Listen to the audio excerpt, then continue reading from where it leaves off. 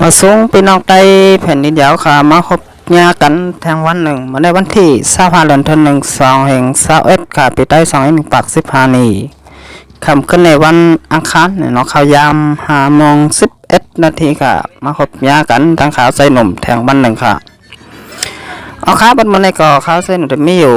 4 หัวข้อข่าวเนาะมันได้พี่น้องมาปะแนวค่ะบ่เลยถ่อมได้ยินกว่าจำกันแทงค่ะหัวข้อข่าวที่1ผู้มีน้ำใจเจตนาจอยคู่ของใจตื้อแหล่ของกินย่ำตีตับซึกสึงแต้วค่ะอาศิอดัดหัวข้อข่าวที่2 KNU กล่าวในว่าซึกมันเอาไฟเผาเฮิรนคนเมืองแหล่ตียับฟ้าหมุนเจ้าในเย้าหัวข้อข่าวที่3ซึกเขและซึกอินติยาพิษมอปอทุบกันจอมเดินดินแทงหัวข้อข่าวที่4พี่น้องไต้ในเมืองขังในกลางใจสารคัดซึกขัง KIA เกี่ยวเลยลองแฮมตายก้นเมืองเจ้าไต้ในเย้าเอาค่ะก็วันที่2พี่น้องค่ะก็มาโดยช่อง YouTube นี่ก็ถ้าจะหนุ่มก็อย่าลืมกดติดตามใบปันค่ะอย่าก็กดปันที่หิ่งทางกำหนึ่งพี่น้องไต้ค่ะเต้ขึ้นตันข่าว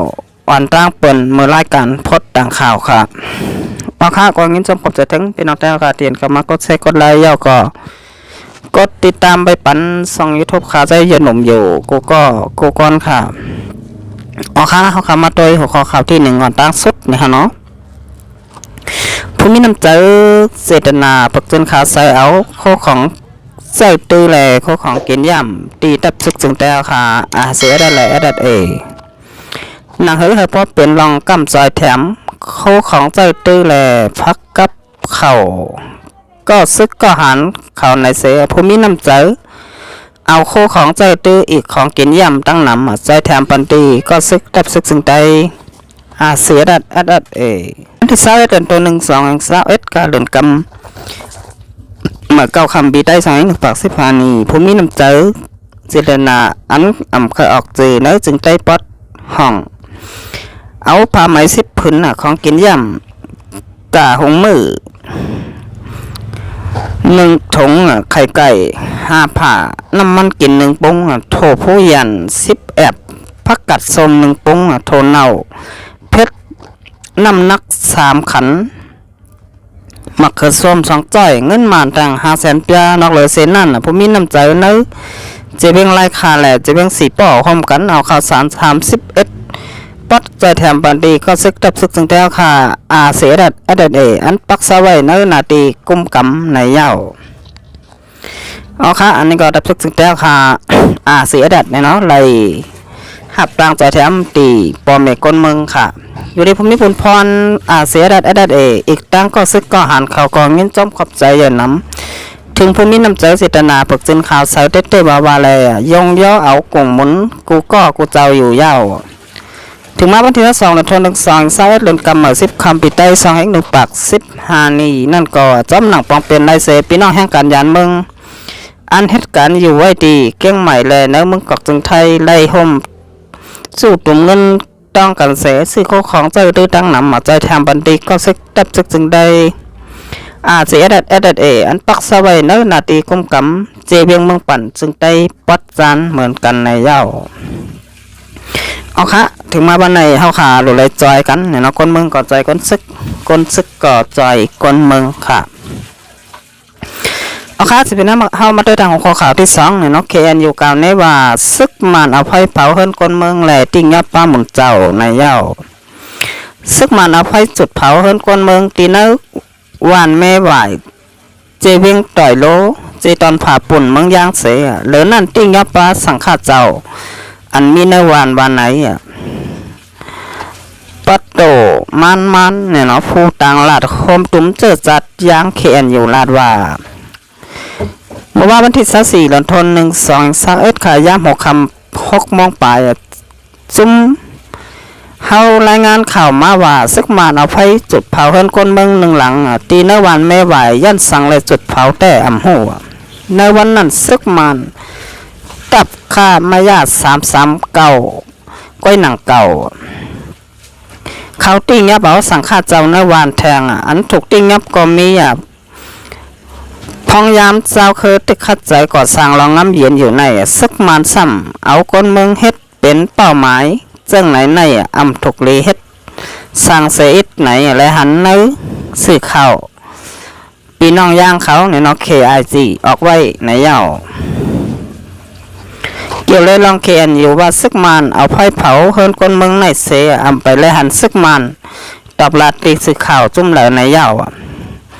นักเรียนทน1 2 3ในซึกมันได้ตับซึกปลดปล่อยเจอจัดย่างอยู่และKNLAแข่งการซึกการเสียเป็นปางตึกกันตีหิมบันไม่ไหวแหล่ก้นเมืองไหลปลายเพปังตึกตั้งหนำลูกอ่อนเจียมก้นหลงกำพองกอไลเตอร์หมัดเจ็บแหล่ไหลลู่เสียงสายเจอย้อนปังตึกก็มีในพื้นที่เมืองยางอันแข่งการซึกการหาวแห้งตั้งซึกมันไหนแต่มีตับจุ่ม3และตับจุ่ม5 KNU และ KNLA ในเย้า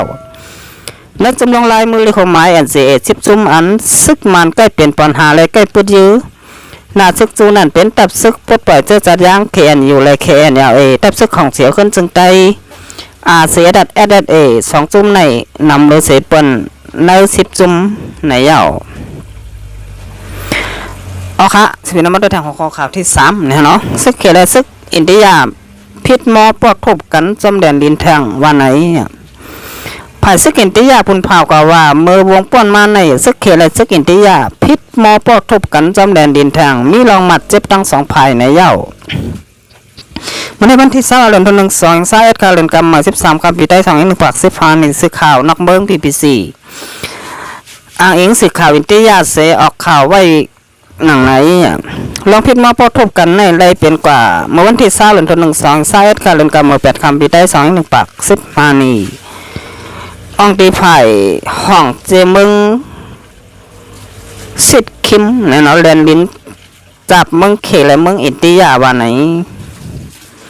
ซึกข่าวอินเดียออกไว้ว่าภายซึกอินเดียให้ห้ามซึกเขอันหนาวห่มลมป้อนเปลี่ยนเขาเนนาตีแลนดินอินเดียและ2ภายพิษมอปอทุบกันเสไล่ตั้งหมัดเจ็บว่าไหนซึกข่าวอินเดียมานก็พุนภาวะซึก2ภายมีรองเจ้าตื้อก้อนหินไม่ค่อนเจอในเสปอทุบกันพองอยู่ก้อยกาเสียงกองแต่อ่ำหันแตกเสกำในเย้าเกี่ยวเลยลองในซึก2ภายพิษมอปอทุบกันในเสผู้ขานปากห้องการภายติดต่อนอกเมืองเขลาดว่าอ่ำไปจางลาดจำสั่งในเย้าลาดว่าภายเขมีลองกุ้มทิ้งจำแดนดินอยู่นางหือปอเตมีลองกัดเจียนจำแดนดินอินเดียเคยตึกซนภายอินเดียก็เฮากุ้มทิ้งจำแดนดินเฮามันหลีนางหือลองพิษมอตันจำแดนดินเตียมีนั่นก็เงื่องเบปันก็ดีอยู่ว่าไหน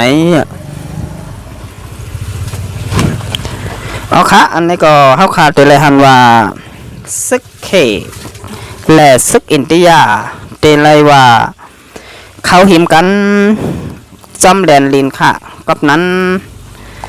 เฮาขาดไปเลยหันว่าใกล้พิษมอกันอยู่เคยๆเยอะๆเนี่ยเนาะซึกเขและซึก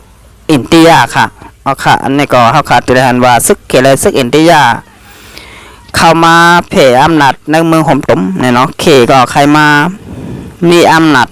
อาณาในเมืองหอมตุ่มค่ะภายเมืองอินเดียนี่ก็ใครมามีอำนาจอาณาในเมืองหอมตุ่มเหมือนกันเนี่ยเนาะเอาค่ะ10แนวค่ะมาด้วยทางหัวข้อข่าวที่3เนี่ยเนาะนี่ก็เป็นข่าวปีนอกใต้ในเมืองขังในกลางประสานคัดซึกขังKIA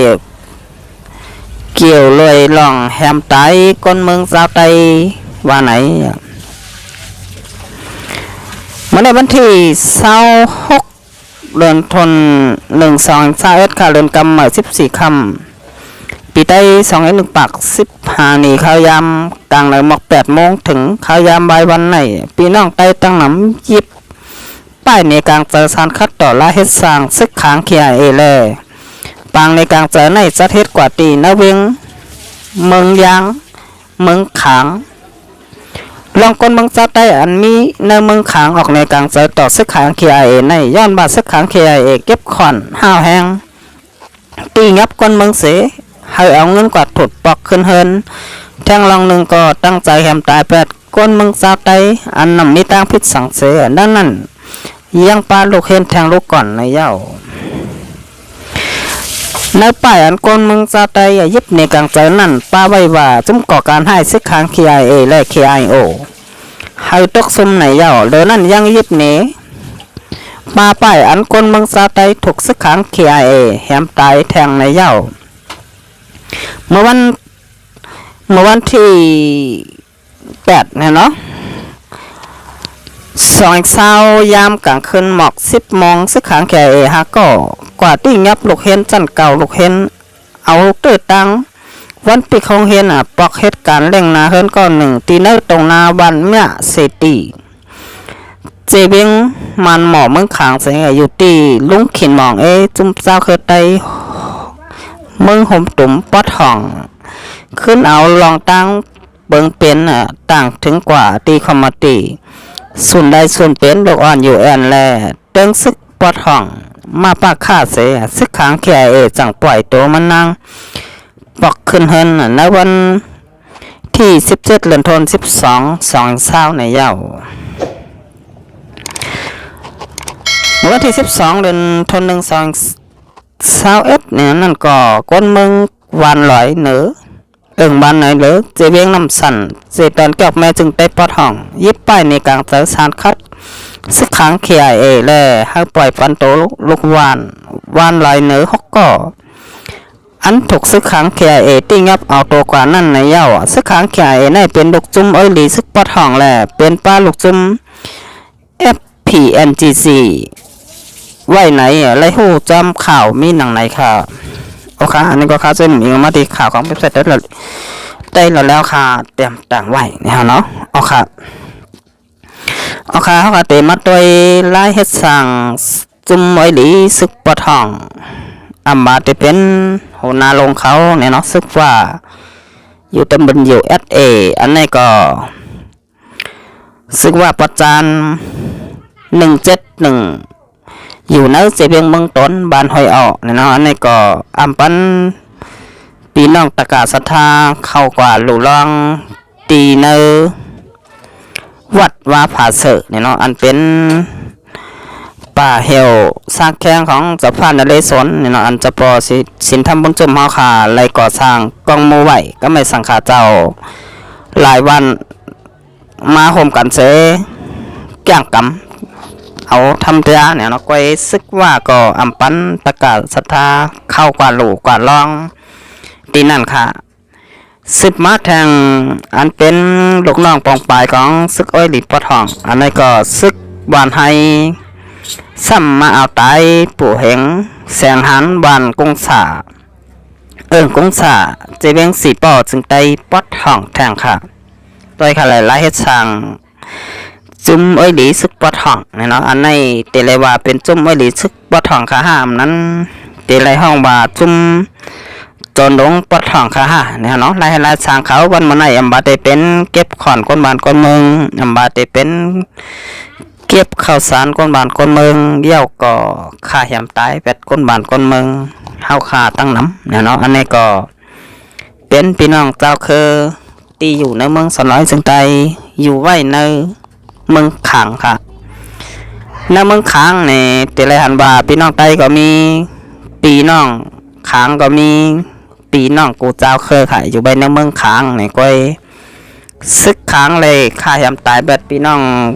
เจ้าเคยเมืองสลายซึ่งแต้วค่ะตีอยู่ไว้ในเมืองขางนะเนาะอันนี้ก็รีมองเตอร์จอมแต่ค่ะให้ถ้าพี่น้องแต้วค่ะที่อยู่ในเมืองขางออกมาถือป้ายนี้กลางเจอสารคัดลายเฮ็ดสร้างซึกขัง KIO และ KIA อันเป็นลูกจุ่มของซึกอ้อยหลีปอดห้องเนาะใครทำตายพี่น้องเจ้าเคยเมืองสลายซึ่งแต้วค่ะกว่าตั้งน้ำเนาะหลายคนเอาค่ะบนในเขาค่ะมาตัวลายเฮ็ดสร้างซึกอ้อยหลีซึกปอดห้องเนาะบาดได้เป็นซึกว่าเกาหลีซึกวานให้ก็อย่า